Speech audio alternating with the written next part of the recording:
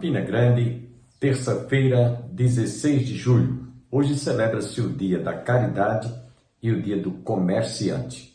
Parabenizamos a todos os comerciantes e aqueles que se dedicam a estender a sua mão num gesto de solidariedade e caridade àqueles que precisam de ajuda e de auxílio. Sem perda de tempo, quero deixá-los com o pastor Antônio Júnior.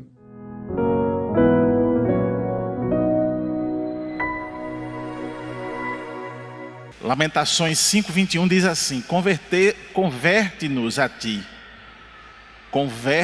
ti, Senhor, e seremos convertidos. Renova os nossos dias como dantes. Meus irmãos, hoje nossa proposta é falar sobre conversão, um ato de Deus e do homem.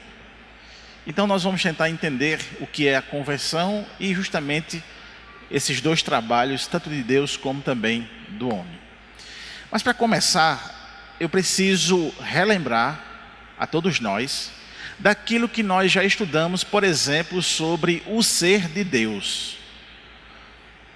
E olhando para o ser de Deus, percebemos que era impossível que Deus quisesse que o homem viesse a cair. Então, como a gente fez aqui uma meditação sobre Deus, sobre o seu ser, a sua natureza, percebe-se que é impossível que ele quisesse que o homem caísse. A sua natureza não permitia isso. Isso quer dizer que não foi de forma alguma do agrado de Deus a tragédia que foi a queda do homem. Algumas coisas da natureza, por exemplo, quando o homem cai, se desequilibraram. A queda do homem, para se ter uma ideia, atingiu até mesmo o cosmo, desequilibrou até mesmo o cosmo. Deus, então, nós podemos cravar essa verdade, categoricamente, não queria que o homem caísse. Porém, dentro da criação de Deus, Deus fez o homem autônomo, dono de si, com livre escolha. E o homem, então, por isso, foi o total responsável da queda. Isso é o que nos ensina a palavra do Senhor. Então não adianta você estar pensando, filosofando sobre essa realidade, uma vez que a Bíblia já revelou essa tragédia e essa verdade, de que nós caímos. Isso quer dizer então que nós herdamos a culpa. Todo homem e mulher, ou seja, o gênero ser humano, herda a culpa.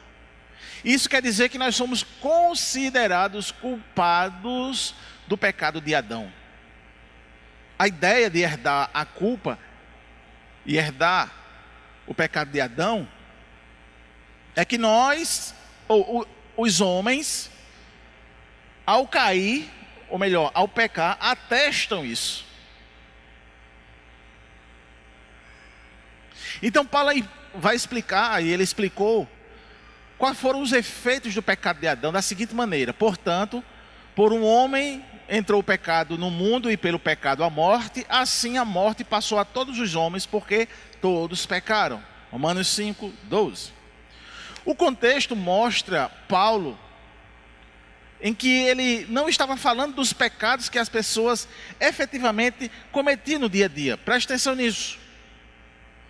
Paulo não está falando aqui nesse texto do pecado cometido no dia a dia.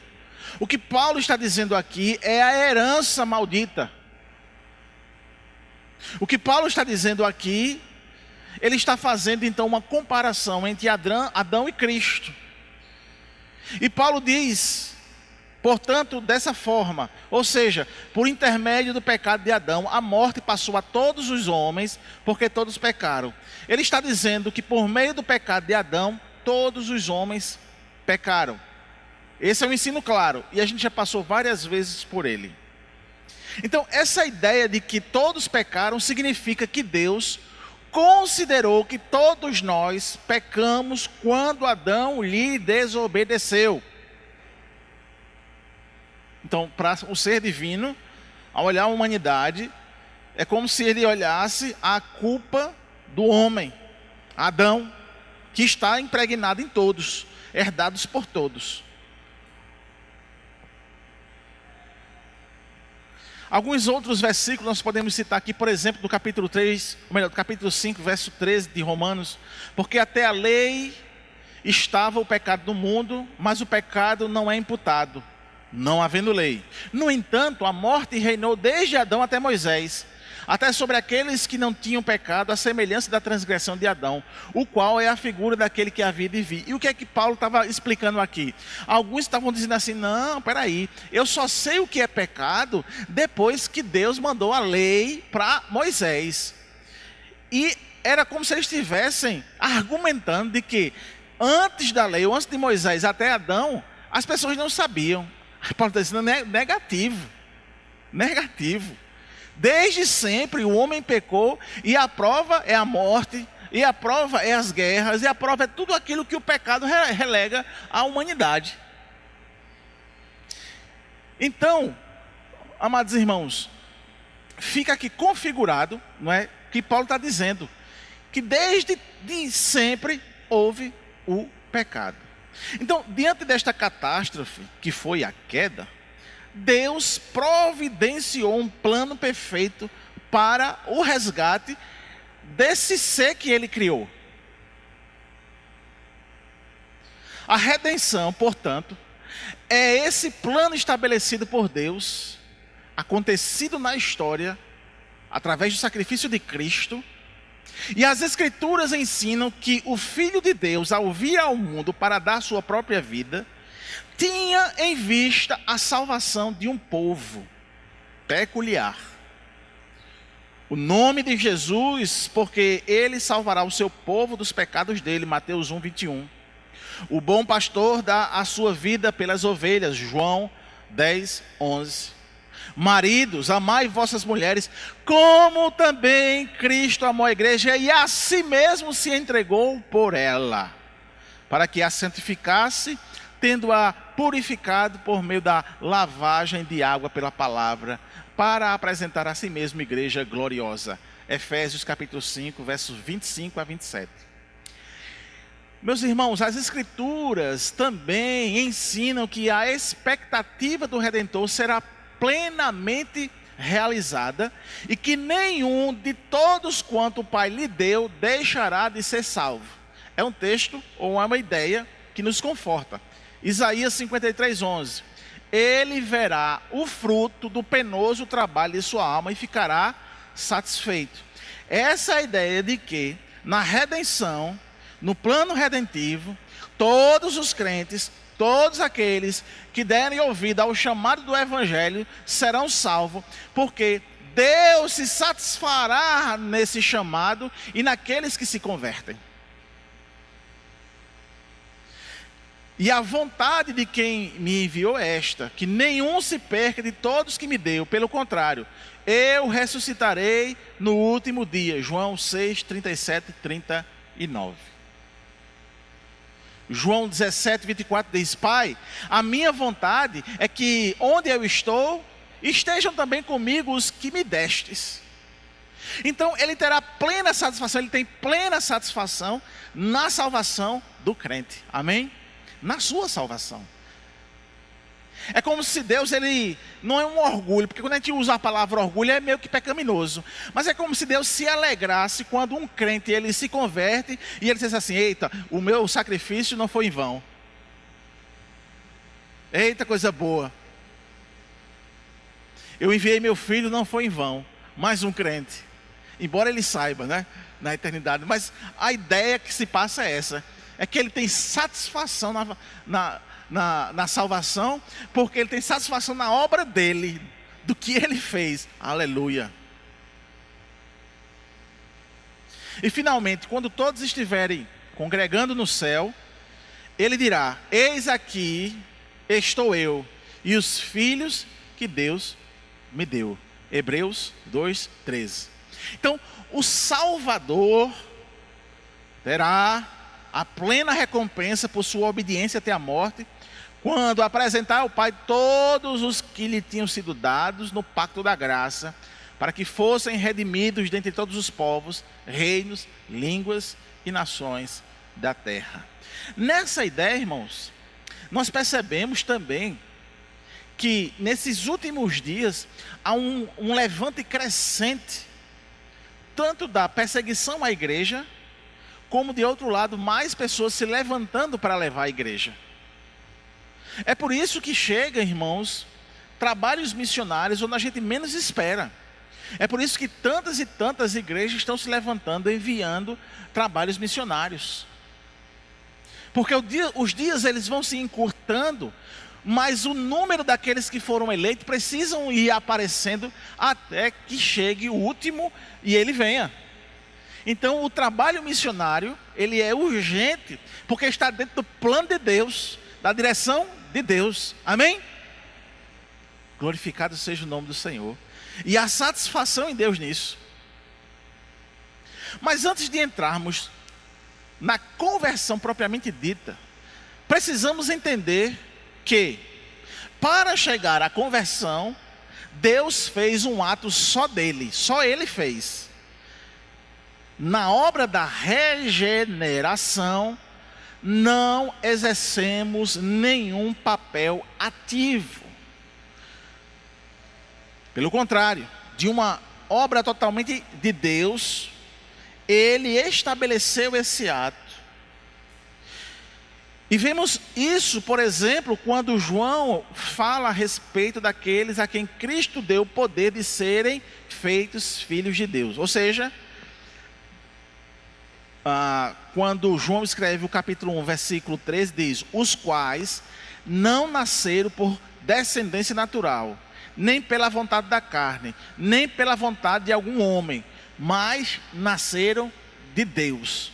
E aí a raiz da ideia teológica aqui, de que é um ato de Deus, está justamente no nome nascido de Deus, nascimento. É um ato do próprio Deus. E João vai especificar que os filhos de Deus são os que nasceram de Deus. E a vontade humana, ou seja, a vontade do homem, não ocasiona essa espécie de nascimento. Ou seja, se é vontade de Deus, se é um ato de Deus, consequentemente entende-se que não há participação do homem nessa regeneração, nesse ato de nascer de Deus. O fato de que somos então passivos na regeneração fica também evidente quando na Escritura se refere a ele como gerar. E gerar é a ideia de nascer de novo. Tiago 1,18. Segundo a sua vontade, ele nos gerou pela palavra da verdade, para que fôssemos como primícias de suas criaturas. Ele, segundo a sua vontade, Ele nos gerou. Amém, meus irmãos? É claro o texto? Então é um ato de Deus, Ele gerou, Ele fez nascer. Glorificado seja o nome do Senhor. Para que fôssemos como as primícias de suas criaturas. O ato de nos gerarmos de novo faz com que a gente agora volte a como se fosse a primeira criação. A como se fosse aqueles que nunca pecaram. 1 Pedro, capítulo 1, verso 3, diz assim: bendito seja Deus e Pai de nosso Senhor Jesus Cristo, que, segundo a sua grande misericórdia, nos gerou para uma viva esperança pela ressurreição de Jesus Cristo dentre os mortos. E aí ele liga uma coisa interessante. Ele nos gerou, amém? Mas esse gerar, ele se torna a realidade nas nossas vidas porque Jesus pagou o preço.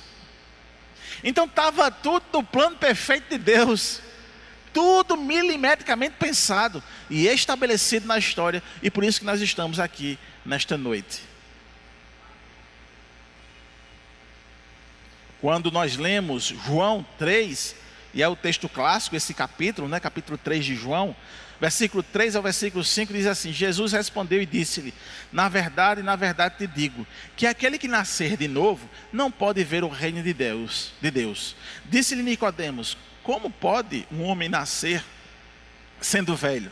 Pode porventura tornar a entrar no ventre da sua mãe e nascer? Jesus respondeu: na verdade te digo, que aquele que não nascer da água e do Espírito, não pode entrar no reino de Deus. O que é nascido da carne, é carne, e o que é nascido do Espírito, é Espírito. Nós não escolhemos nos tornar vivos fisicamente, não escolhemos nascer, não é verdade? Nós não escolhemos nascer, isso simplesmente aconteceu. E essa analogia serve para nos entender também que nós não queríamos e jamais escolheríamos nascer de novo, porque a nossa carne ama o pecado, a não ser que houvesse uma obra poderosa do próprio Deus, nos tirando da morte e nos vivificando em espírito, para nascermos de novo, para sermos gerados. Se não fosse assim, jamais nós queríamos a Deus. É um ato dele. E esperando então ter aclarado até aqui, o que nós vamos entender agora, depois desse ato de Deus de regeneração, é que ele vai continuar o trabalho agora na conversão, e aí tem a nossa participação. E aí vamos definir o que é conversão. Conversão, que é o resultado ou o efeito da regeneração.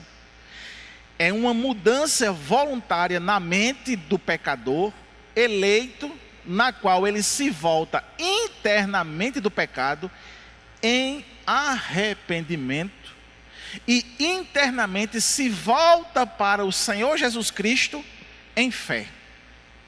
Então a conversão se dá pelo arrependimento de pecado e pela confiança em Cristo Jesus. E o que gera o arrependimento e a fé é justamente o ato de regeneração. Por isso a ideia de que se Deus não utilizar de misericórdia ao pecador, ele jamais pode aceitar isso. Porque ele não vai entender. Porque ele está morto nos seus delitos e pecados.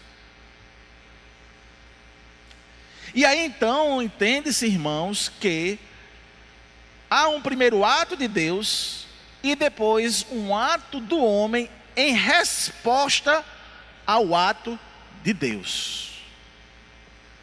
Para alguns, eles vão entender, e uma ala muito pujante da teologia vai entender, que esse ato de Deus é irresistível. É como se o homem não conseguisse resistir a um ato do Espírito na vida dele. Então, a conversão, em primeiro lugar, é um ato de Deus. E aí, alguns textos nos diz isso. Por exemplo, quando o salmista compôs o Salmo 80, verso de número 3, ele diz: Faz-nos voltar, faz-nos voltar, faz-nos voltar, ó Deus, e faze resplandecer o teu rosto, e seremos salvos. Então, nessa composição, o salmista está entendendo aqui e está revelando que Deus faz o primeiro ato, porque se ele não fizer o primeiro ato, nós não seremos salvos. Por isso que ele apela para que Deus faça o primeiro ato. A mesma ideia está lá no verso 7. Faz-nos voltar, ó Deus dos exércitos, e faz resplandecer o teu rosto e seremos salvos. Ou seja, é como se ele entendesse que se Deus não se revela para o pecador, ele continua nos seus delitos e pecados. No verso 19 ele diz: Faz-nos voltar, Senhor dos exércitos, faze resplandecer o teu rosto e seremos salvos. Então, quando examinamos também o Salmo 85, percebemos ainda a mesma ideia em um apelo, que eu digo um apelo bem comovente, muito comovente. Verso 4: torna-nos a trazer, ó Deus, da nossa salvação, e fazes cessar a tua ira sobre nós. Então é essa outra consciência, para que desperte o homem, Deus desperte o homem, para trazer de volta a sua presença. É justamente a ideia de nascimento de novo, de Deus gerar a criatura, gerar em nós esse avivamento, essa vivificação, esse novo nascimento. O profeta Jeremias, de forma muito lúcida, ele revela também essa realidade. Jeremias 30, 21. E aos seus nobres serão deles, e o seu governador sairá do meio deles, e o farei aproximar, e ele se achegará a mim, pois quem de si mesmo se empenharia para chegar a mim, diz o Senhor. Então a ideia de Jeremias também aqui, ele coloca as duas. Uma, de que Deus é que vai lá, vai buscar, porque se Deus não for buscar, como diz no final aqui, pois quem de si mesmo se empenharia para chegar-se a mim, diz o Senhor. Então ele revela a própria voz do Senhor, dizendo que ninguém poderia chegar até Deus, sem que Ele não fosse até Ele. Amém?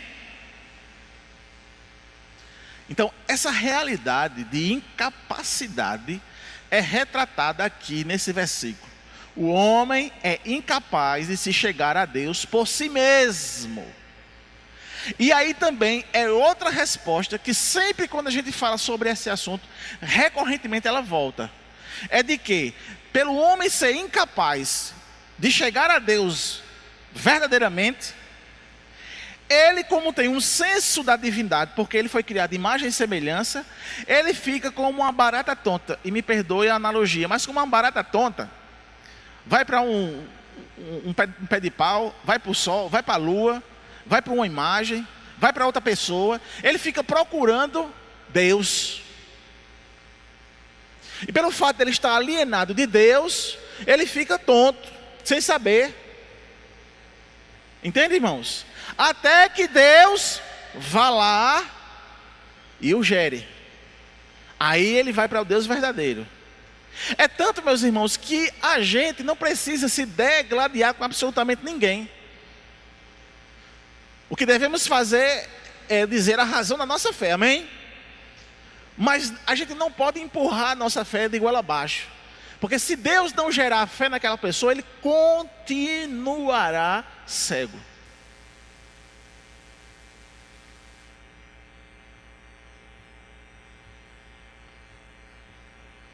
Houve um livro que foi teve muita polêmica, e até filmes desse livro, chamado O Código da Vinci.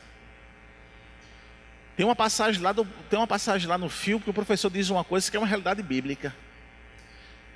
Ele, incrédulo, ateu, e ele diz: a fé é um dom de Deus e eu a não tenho. Verdade.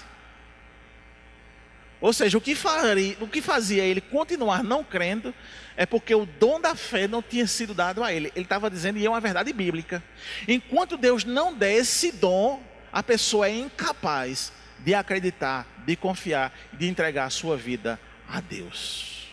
Portanto, por outro lado, essa palavra nos conforta e também nos faz nos responsabilizar em nos doar mais para o Senhor. Porque somos escolhidos, eleitos, sem nenhum mérito. Nenhum mérito. Nem é melhor, nem pior do que ninguém. Mas Ele nos escolheu. E aí, o que é que nós vamos fazer? O Novo Testamento, que a revelação fica ainda mais nítida em relação ao ato de Deus na conversão. E João, no capítulo 6, versículo de número 44, ele diz: ninguém pode vir a mim, se o Pai que me enviou não o trouxer, e eu o ressuscitarei no último dia. É muito claro. esse ato de Deus. É muito nítido esse ato de Deus. Ninguém pode ir a Ele sem que Ele não envie, sem que Ele não gere, sem que Ele não faça nascer de novo, sem que Ele regenere. Aleluia. No ensino de Paulo, a evidência ainda é maior. Efésios 1, 19 a 20. E qual a sobreexcelente grandeza de seu poder sobre nós, os que cremos, segundo a operação da força do seu poder. Não é claro? Segundo, ou seja, nós cremos segundo a operação de Deus,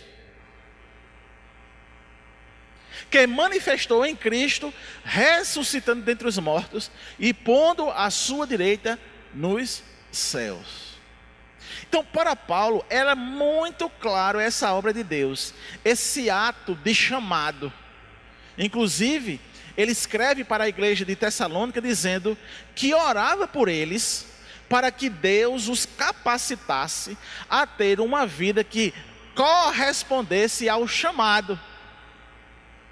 Então a oração de Paulo é o seguinte, é como se ele assim, eu vou orar por aqueles irmãos lá do Calvário, para que eles correspondam na obra do Senhor, conforme aquilo que Deus já fez na eternidade. Aleluia. E isso então fica claro, esse ato de Deus na conversão. É um ato primeiro de Deus. Amém? Agora, a conversão também é um ato do homem em resposta a esse ato primeiro de Deus. O sábio Salomão entendia que o homem respondia ao chamado de Deus e que a conversão também tinha a participação do eleito. Provérbios 1, 23. Atentai para a minha repreensão, pois eis que vos derramarei abundantemente do meu espírito e vos farei saber as minhas palavras. Então, a partir do momento que ele derrama do Espírito, a partir do momento que ele gera, que ele regenera, que ele faz nascer de novo, todos os homens que tiveram esse ato em si, respondem a Deus em ato convertido. Responde a Deus em rendição. Responde a Deus se entregando.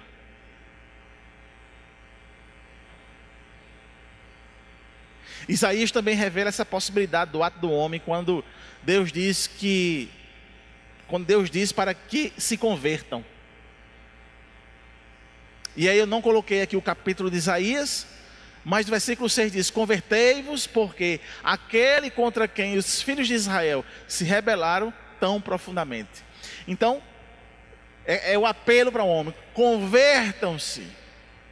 Ou seja, mesmo na rebeldia do povo de Israel, aqui há um apelo para que o povo se converta. No Novo Testamento, no Evangelho de Mateus, fica também claro esse ato do homem em se voltar para Deus. Capítulo 18, versículo 3. E disse: em verdade vos digo que, se não vos converterdes e não vos fizerdes como meninos, de modo algum entrareis no reino dos céus. Então, claro, muito claro, esse ato do homem, em resposta ao ato de Deus. O homem responde conscientemente. E essa consciência da resposta dele a um ato de Deus, ao apelo de Deus, leva essa pessoa a uma mudança de vida. Lucas, escrevendo Atos, afirmou que os gentios estavam entregando suas vidas a Deus em ato de arrependimento e fé. Capítulo 11, versículo 21. E a mão do Senhor era com eles, e grande número creu e se converteu ao Senhor. Então fica muito claro para nós, irmãos, que a conversão é um ato de Deus e um ato do homem em resposta ao ato de Deus. Então, o que significa ser convertido? Na pessoa do Filho Eterno, Ele tomou a nossa natureza sobre si em outras palavras, tornou-se homem, e então, como Deus e como homem, tornou-se o mediador entre Deus e os homens. E ao morrer na cruz, pelos pecados do homem, redimiu o homem da maldição divina e do poder do diabo. Isso significa que Deus, o Pai, e Jesus, seu Filho, fizeram surgir uma nova lei. Não como a primeira lei, que oferecia vida eterna apenas àqueles que eram perfeitamente obedientes, o que ninguém era, e condenava todos aqueles que eram desobedientes, o que todos eram. Em vez disso, agora, há o que chamamos de a lei da graça, uma promessa de perdão e de vida eterna para todos que são de fato convertidos a Deus, tendo abandonado seus pecados e colocado a sua confiança em Cristo. E aqui a gente frisa isso mais uma vez. Agora há o que chamamos de a lei da graça, uma promessa de perdão e de vida eterna para todos que são de fato convertidos a Deus, tendo abandonado seus pecados e colocado sua confiança em Cristo. Acabou. A conversão é o abandono da vida carnal e o início da vida espiritual. Amanhã, com certeza, nos reencontraremos para a realização de mais um programa Opção para a Vida. Deus abençoe a você e toda a sua família.